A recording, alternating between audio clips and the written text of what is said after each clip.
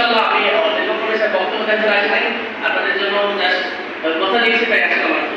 তবে একটা কথা, পাবলিক প্লেসে এমন কাজ করবেন না যেটা আপনাদের জন্য বিশৃঙ্খলা তৈরি করে। আশা করি বিষয়টা খেয়াল রাখবেন যারা কর্মকর্তা কর্মচারী আছেন, তাহলে খুব সুন্দর। এটা যে উদ্দেশ্য হচ্ছে গ্রামগুলোকে, গ্রামের মানুষগুলোকে সমবায়ের মাধ্যমে প্রশিক্ষিত করে একটা উন্নত সমাজ গঠন করা, আমাদের গ্রামগুলো সংস্কৃতি পিছিয়ে না থাকে। জাতীয় পরিবর্তন দিবস 2026-এ আমাদের কথা বলেছি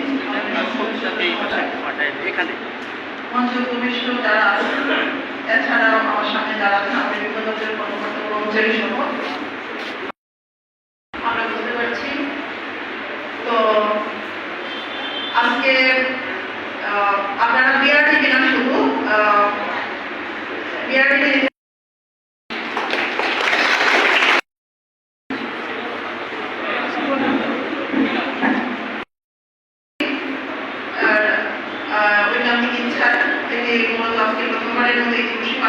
আশা করি যে এই দিবসটি প্রতি বছর যথাযোগ্য মর্যাদায় পালিত হবে।